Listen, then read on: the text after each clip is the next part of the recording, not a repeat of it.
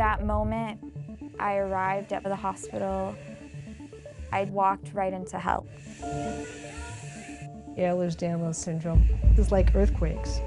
You can have a 1.2 or a 6.4. As a teenager, you think you just have the whole world in your hands and life is just forever long. You believe with all your heart doctors will help, but they are not willing to admit they just don't know the answers. Physicians are taught it's a rare genetic disorder, but it turns out that's not true. It's labeled as an invisible disease. Getting a reasonable diagnosis, all you get told is that it's in your head. You're simply trying to seek attention. And while she may look fine on the outside, on the inside, her body is failing her. We, as a medical community, we expect a serious disease to be a serious disease all of the time. But with Ehlers-Danlos Syndrome, you really have symptoms that fluctuate. I used to be a big jock. Now I basically don't really leave my room. I was having all of these real symptoms that were visible. Would I have ever thought that they would say that she had an eating disorder and was psychological? No. There's a stereotype of the hysterical female. You're crazy. You're pretending. You're lying. They would say instantly, she's complicated. Parents are taking their child from doctor to doctor. They're trying to get this diagnosis. If I can't test it, it doesn't exist. Generally, what you have is a parent who is coercing or lying to physicians about symptoms. All of my patients are scared to death that somebody's going to take their child away. Just imagine being in a psych ward without needing to be in a psych ward. They were suspecting medical abuse. It's for her safety and for your safety to rule you out as the cause. The court has taken away our right to live together as a family, but we aren't abusers. I think they want to take her away. Very quickly, these parents realize that the people they're dealing with are ready, willing, and able to take their sick child away.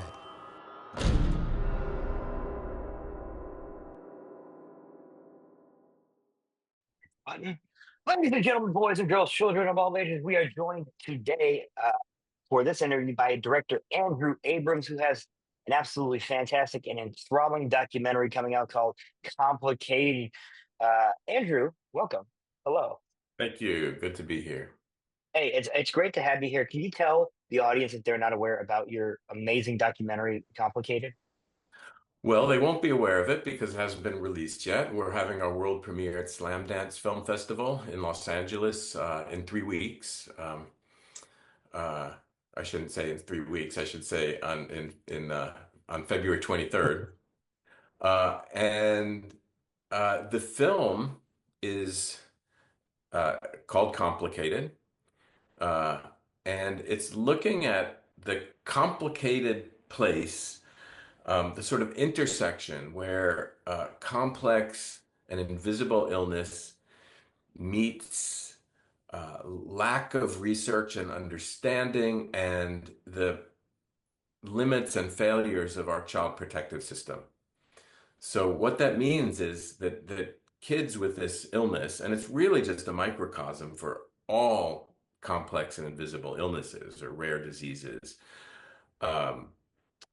but what's happening is these kids with Ehlers-Danlos Syndrome, which is a connective tissue disorder, and it affects all the different parts of the body and different symptoms of the different systems of the body, and it usually flares up in puberty.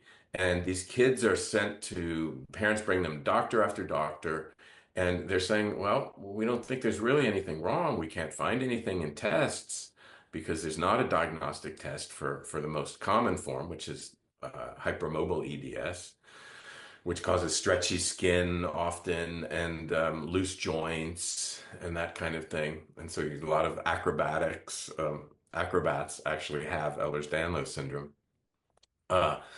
And so the kid becomes stigmatized and marginalized, and they're saying it's psychological, and then the parent keeps trying to get the kid help, and eventually ends up in a pediatric hospital where there's a new specialty called medical child abuse medicine, and these medical child abuse physicians, their job is to like find cases of medical child abuse. And this is like, it looks like medical child abuse because the parent is like doctor shopping. The parent is like, isn't, uh, doesn't believe the doctor when the doctor says, you know, this is what your kid has because they've been through it so many times. They know a lot about medicine because it's been a long journey. Um, and it looks like they're over medicalizing their kid. And so what happens very often and it's usually the mother. The mother is accused of over medicalizing or medical child abuse, or at worst, Munchausen by proxy, that they're making their kid sick.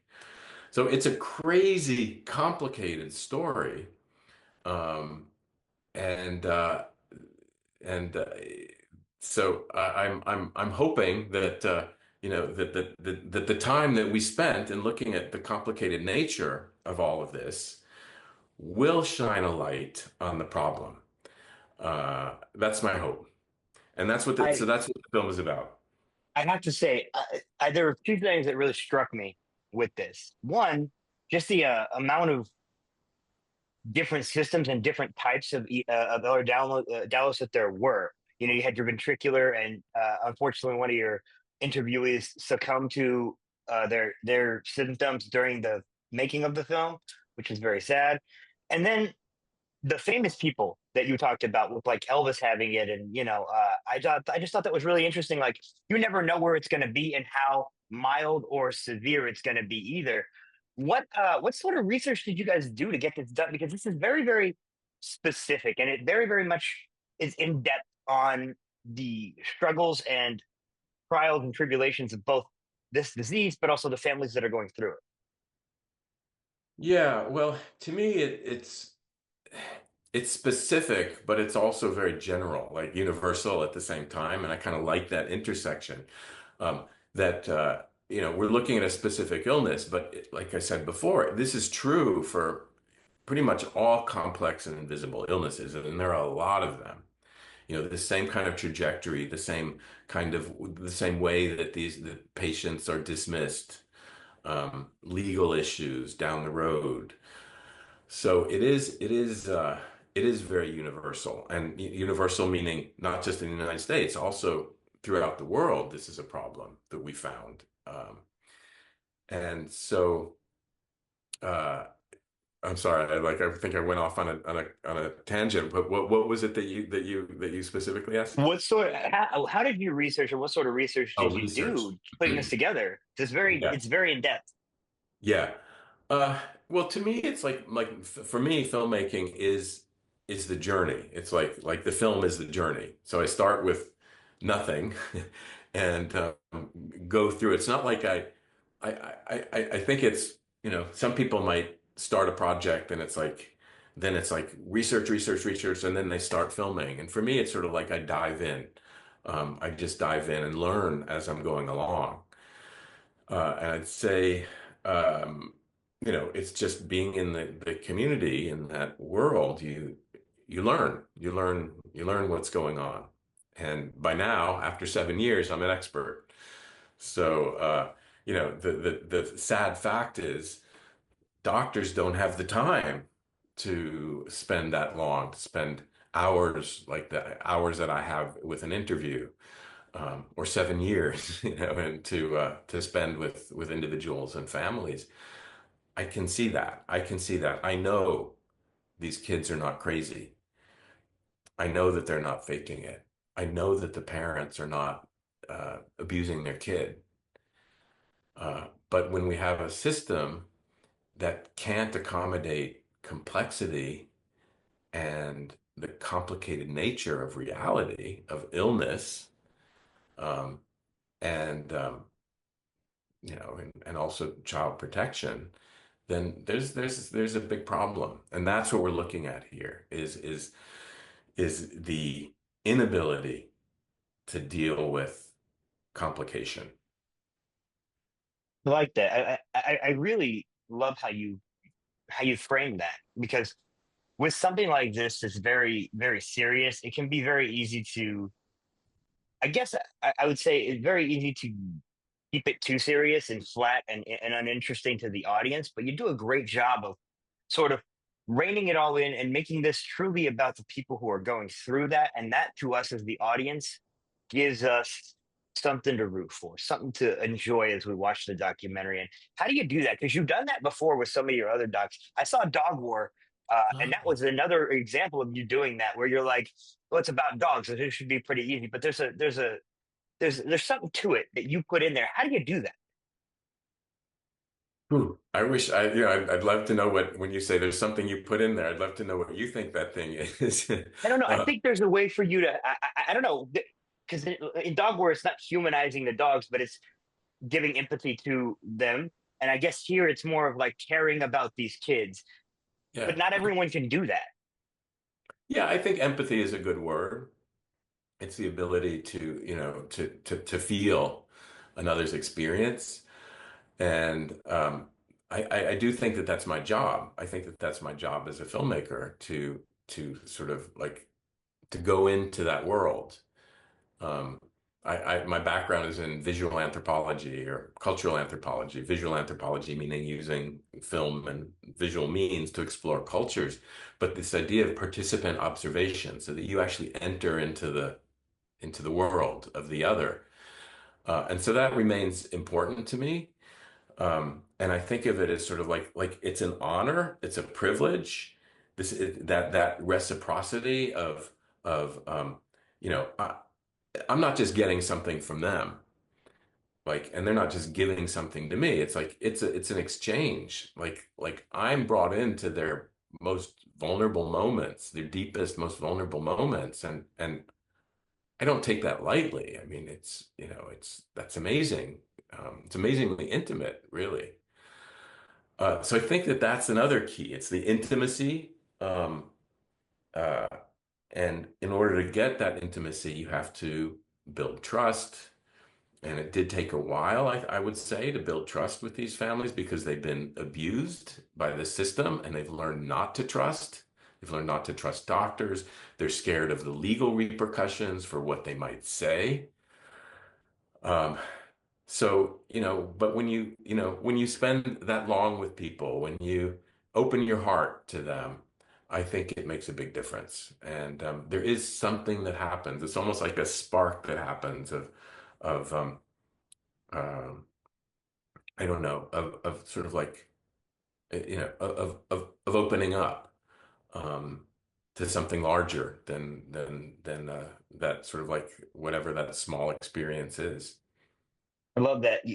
I think you're talking about like the vulnerability of how that situation has come to be, right? Like just sort of allowing it to be wash over you a little bit. And I love that.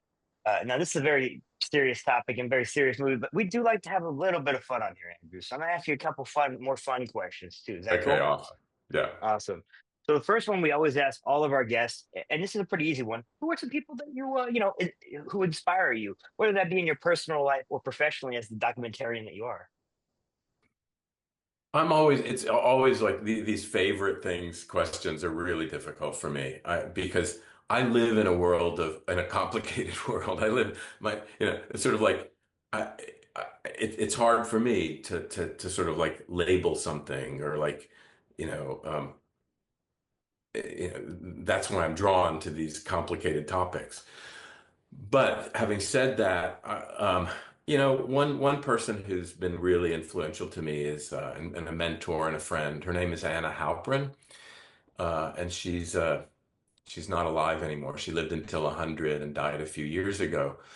But she was sort of a legend in postmodern dance, and um, that she sort of like uh, one of the things that she did was took dance outside of the proscenium arch. It's like looked at dance as a way to build community, as a dance as a way to heal, um, and not choreography, but movement of the body and how we can use the instrument of the body to connect to the world. And so, one of the things that I've taken from that is how do I use my tool, which is the camera? How do I use that to connect to the world?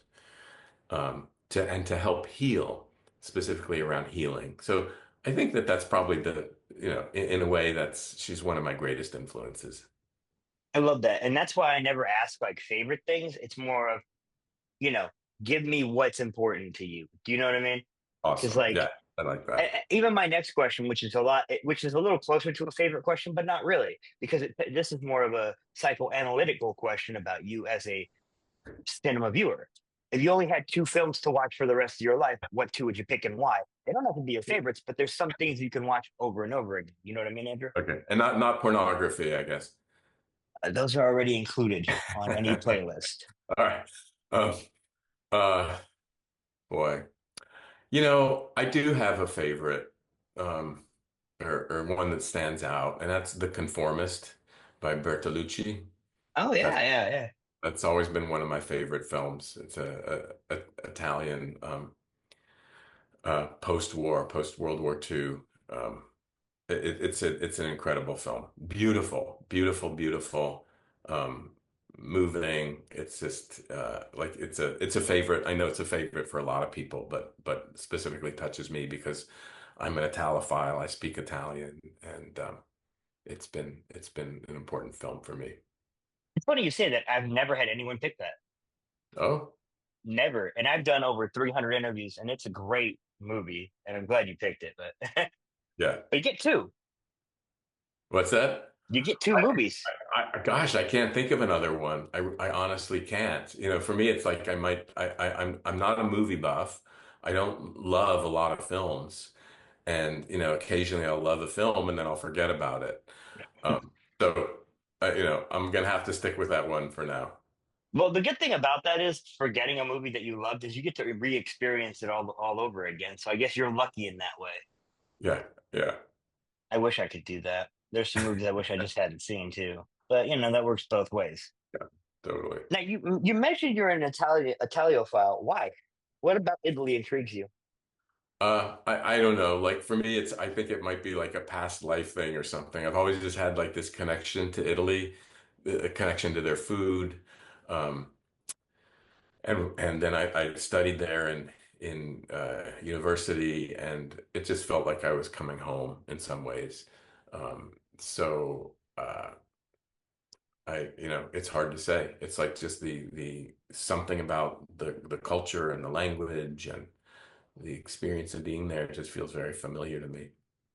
I And love it. alive. I think aliveness is a good word for it. I feel I love alive. that. And then I'm going to end this a little early because I only had one question left, and this is a very simple question. If you were going to say to your audience why this movie needs to be seen and why it's important, what would you say to it? I think the last 20 minutes that we've been speaking, that's what I've been making a case for.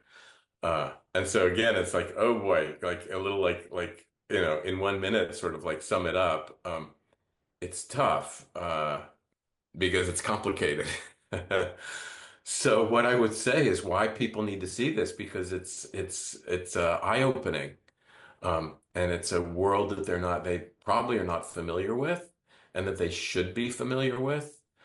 It will open their eyes, it will open their heart, and it'll open their mind and hopefully make a difference.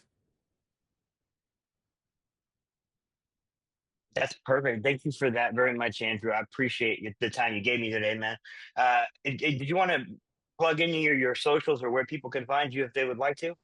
Yeah, the website is Complicated the Movie and complicatedthemovie.com. And that's also the handle for the socials, Complicated the Movie on Instagram and Facebook. And I have to say, if any of you are lucky enough to get to view this film, I would take advantage. I had the luxury of checking it out. It really struck me. Anytime there's medical movies, they tend to do well with me. My mother was an RN for 30 years, so she's seen it all, she's heard it all, and so whenever I get a chance to watch these sort of things, I get to sort of experience a little bit of what she had to deal with on a day-to-day basis. So thank you very much for making such a interesting and I think an important movie, especially to a specific subset of the of our fine world. Ladies and gentlemen, Andrew Abrams, thank you so much, man. Thank you.